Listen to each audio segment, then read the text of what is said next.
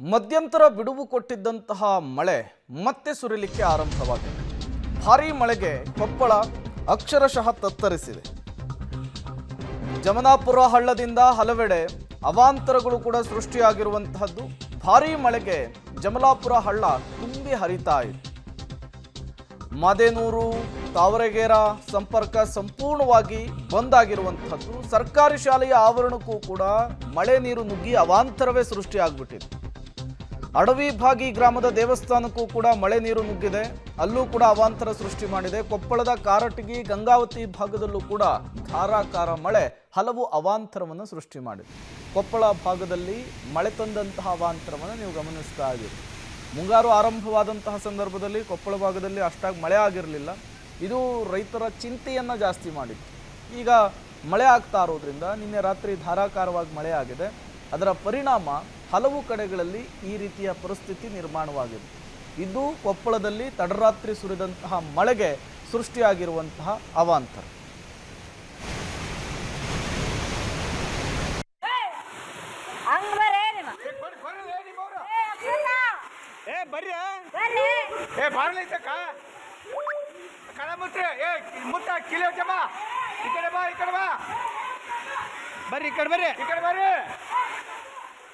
ಇದು ನಿನ್ನೆ ಕೊಪ್ಪಳದಲ್ಲಿ ಸುರಿದಂತಹ ಮಳೆ ಸೃಷ್ಟಿ ಮಾಡಿರುವ ಅವಾಂತರ. ಮಕ್ಕಳೆಲ್ಲ ಶಾಲೆಯ ಒಳಗಡೆ ಇದ್ರು, ಪಾಠ ಕೇಳ್ತಾ ಇದ್ರು.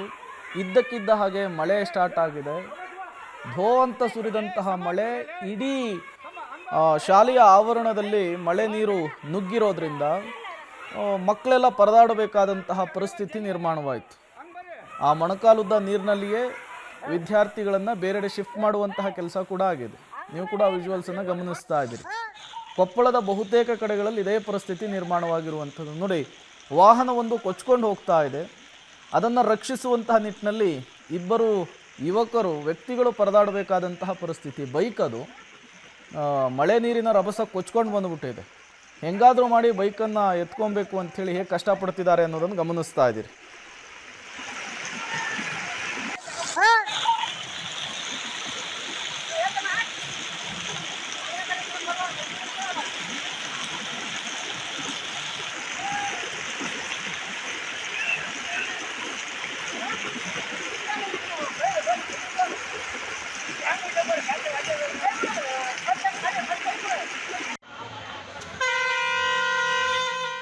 ಮತ್ತೊಂದು ಕಡೆ ಪರಿಸ್ಥಿತಿ ಹೇಗಿದೆ ಅನ್ನೋದನ್ನು ಗಮನಿಸ್ತಾ ಇದ್ದೀರಿ.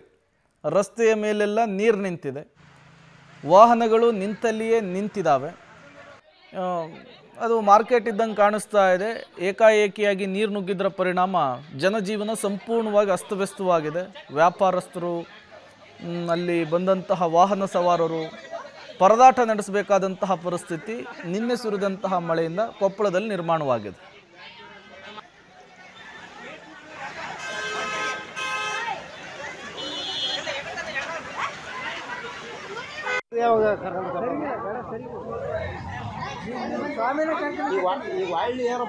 ಮಳೆ ಬಂತು.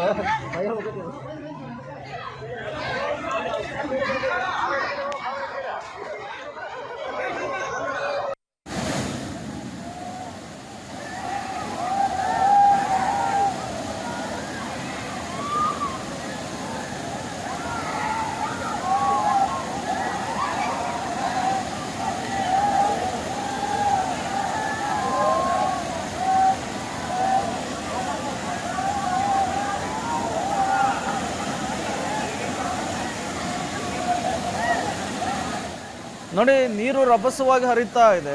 ಆದರೂ ಕೂಡ ಹುಚ್ಚು ಸಾಹಸಕ್ಕೆ ಇಬ್ಬರು ಕೈ ಹಾಕಿದ್ದಾರೆ. ಬೈಕ್ನ ಸಮೇತ ಇಬ್ಬರು ಒಂದು ಕಡೆಯಿಂದ ಮತ್ತೊಂದು ಕಡೆ ದಾಟಲಿಕ್ಕೆ ಪ್ರಯತ್ನ ಪಡ್ತಾ ಇರುವಂಥದ್ದು. ಸ್ವಲ್ಪ ಯಾಮಾರಿದ್ರು ಕೂಡ ದೊಡ್ಡ ಅನಾಹುತ ಆಗ್ತಾ ಇತ್ತು. ರಭಸವಾಗಿ ಹರಿತಾ ಇರುವಂತಹ ನೀರಿನ ಮಧ್ಯೆ ಒಂದು ಕಡೆಯಿಂದ ಮತ್ತೊಂದು ಕಡೆಗೆ ವಾಹನ ಸವಾರರು ಹೋಗಲಿಕ್ಕೆ ಪ್ರಯತ್ನ ಪಡ್ತಾ ಇರುವಂತಹ ವಿಜುವಲ್ಸ್. ತದನಂತರ ಅಲ್ಲಿದ್ದಂತಹ ಸ್ಥಳೀಯರೆಲ್ಲರೂ ಕೂಡ ಅವರು ಸಹಾಯಕ್ಕೆ ಬಂದಿದ್ದಾರೆ.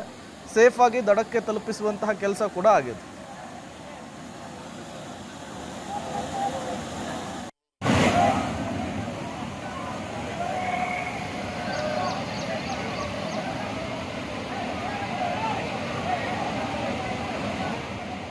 ಈ ವಿಜುವಲ್ಸನ್ನು ನೀವು ಗಮನಿಸ್ತಾ ಇದ್ದೀರಿ. ಇದು ಕೂಡ ಕೊಪ್ಪಳದಲ್ಲೇ ಆಗಿರುವಂತಹದ್ದು.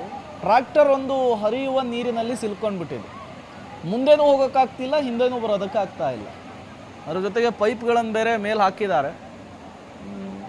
ಏನೋ ಒಂದು ಹುಚ್ಚು ಸಾಹಸಕ್ಕೆ ಕೈ ಹಾಕಿದ್ದಾರೆ, ಒಂದು ಕಡೆಯಿಂದ ಮತ್ತೊಂದು ಕಡೆ ಹೋಗಬೇಕು ಅಂಥೇಳಿ. ನಮ್ಮ ಜನರಿಗೆ ತಾಳ್ಮೆನೇ ಇಲ್ದಂಗೆ ಆಗ್ಬಿಟ್ಟಿದೆ. ಅಟ್ಲೀಸ್ಟ್ ಮಳೆ ನೀರು ಕಡಿಮೆ ಆಗೋವರೆಗೂನಾದರೂ ಕಾಯಬೇಕು, ಇಲ್ಲ ಬೇರೆ ಆಲ್ಟರ್ನೇಟಿವ್ ಏನಾದರೂ ಪ್ಲಾನ್ ಮಾಡ್ಕೊಬೇಕು. ಈ ರೀತಿ ಏನೇನೋ ಪ್ರಯತ್ನ ಮಾಡೋಕ್ಕೆ ಹೋಗಿ ಎಡವಟ್ಟುಗಳಾಗ್ಬಿಟ್ರೆ ತುಂಬ ಕಷ್ಟ ಆಗುತ್ತೆ. ನೋಡಿ, ಅಷ್ಟು ರಭಸವಾಗಿ ನೀರು ಹರಿತಾ ಇದೆ. ರಸ್ತೆ ಎಲ್ಲಿದೆ, ಆಳ ಎಲ್ಲಿದೆ ಅನ್ನೋದೇ ಗೊತ್ತಾಗದೇ ಇರುವಂತಹ ಪರಿಸ್ಥಿತಿ. ಅದರಲ್ಲಿಯೇ ಟ್ರ್ಯಾಕ್ಟರನ್ನು ಚಲಾಯಿಸ್ಕೊಂಡು ಹೋಗಿದ್ದಾರೆ. ಮತ್ತಷ್ಟು ಡೀಟೇಲ್ಸನ್ನು ಕೊಡ್ತಾರೆ ನಮ್ಮ ಪ್ರತಿನಿಧಿ ಮುಕ್ಕಣ್ಣ ಕತ್ತಿ, ದೂರವಾಣಿ ಸಂಪರ್ಕದಲ್ಲಿ ಜಾಯಿನ್ ಆಗಿದ್ದಾರೆ. ಮುಕ್ಕಣ್ಣ ಕತ್ತಿ, ಮಳೆ ಇಲ್ಲ ಅಂತಿದ್ರು ಕೊಪ್ಪಳದಲ್ಲಿ. ನಿನ್ನೆ ಧಾರಾಕಾರವಾಗಿ ಸುರಿದಿದೆ ಮಳೆ, ಏನೆಲ್ಲ ಅವಾಂತರ ಸೃಷ್ಟಿಯಾಗಿದೆ ಅಂತ? ಹೌದು ಪ್ರೇಮ, ಕೊಪ್ಪಳ ಜಿಲ್ಲೆ ಸೇರಿದಂತೆ ಮಳೆಯ ಪ್ರಮಾಣ ತೀರಾ ಕಡಿಮೆ ಇತ್ತು. ಈ ಕಾರಣಕ್ಕಾಗಿ ಸಾಕಷ್ಟು ಜನರಾಗಿರ್ಬೋದು, ರೈತಾಪಿ ಜನರಾಗಿರ್ಬೋದು, ಅವರು ಸಹ ದೇವರ ಮೊರೆ ಇದ್ರು. ಮಳೆ ಆಗ್ಲಿ ಅಂತೇಳಿ ಪ್ರಾರ್ಥನೆ ಸಲ್ಲಿಸಿದ್ರು, ಭಜನೆ ಮೂಲಕ ದೇವರನ್ನ ಪ್ರಾರ್ಥಿಸಿದ್ರು ಅಂತ ಹೇಳ್ಬೋದು. ಹೀಗೆ ನಾನಾ ರೀತಿಯಲ್ಲಿ ದೇವರ ಮೊರೆ ಹೋದ ಕಾರಣಕ್ಕಾಗಿ ನಿನ್ನೆ ಬಿದ್ದಂತ ಮಳೆ ಕೊಪ್ಪಳ ಜಿಲ್ಲೆಯಾದ್ಯಂತ ಸಾಕಷ್ಟು ಅನಾಹುತಗಳು ಸಂಭವಿಸಿದೆ ಅಂತ ಹೇಳ್ಬೋದು.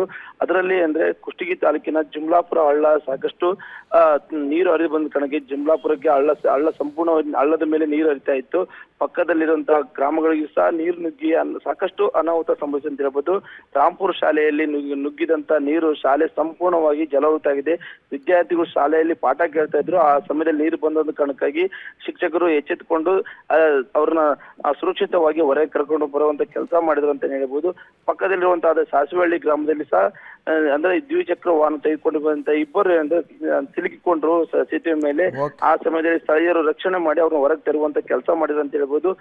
ಪಕ್ಕದಲ್ಲಿರುವಂತಹ ಅದೇ ಗ್ರಾಮದಲ್ಲಿರುವಂತಹ ಅಡವಿ ಬಾವಿ ಗ್ರಾಮ ಅಂತ ಹೇಳ್ಬೋದು. ಆ ಗ್ರಾಮದಲ್ಲಿರುವಂತಹ ದೇವಸ್ಥಾನ, ಅಂಬರೇಶ್ವರ ದೇವಸ್ಥಾನಕ್ಕೆ ನೀರು ನುಗ್ಗಿ ಮೇಲೆ ಅಂದ್ರೆ ದೇವಸ್ಥಾನದ ಮೇಲಿಂದನೇ ನೀರು ಹರಿಯುತ್ತಿರುವಂತ ರಭಸವಾಗಿ ಹರಿಯುತ್ತಿರುವಂತಹ ದೃಶ್ಯ ಸಹ ಕಾಣಬಹುದಾಗಿದೆ. ಅಷ್ಟೇ ಅಲ್ಲ, ಕೊಪ್ಪಳ ಜಿಲ್ಲೆಯಂತ ರಾತ್ರಿ ಸುರಿದ ಮಳೆಗೂ ಸಹ ಅಂದ್ರೆ ಗಂಗಾವತಿ ತಾಲೂಕಿನ ಡಾಣಾಪುರ ಆಗಿರ್ಬೋದು ಮತ್ತು ಈ ಭಾಗದ ಶ್ರೀರಾಮನಗರ ಆಗಿರ್ಬೋದು ಸಾಕಷ್ಟು ಭಾಗದಲ್ಲಿ ಭತ್ತ ಬೆಳೆದಿದ್ರು. ಆ ಭತ್ತಕ್ಕೂ ಸಹ ನೀರು ನುಗ್ಗಿದೆ, ಸಾಕಷ್ಟು ಸಮಸ್ಯೆ ಆಗಿದೆ. ಈಗಾಗಲೇ ಆನೆಗುಂದಿ ಶಾಲೆಗೂ ಸಹ ನೀರು ನುಗ್ಗಿದೆ ಅಂತ ಹೇಳ್ಬೋದು.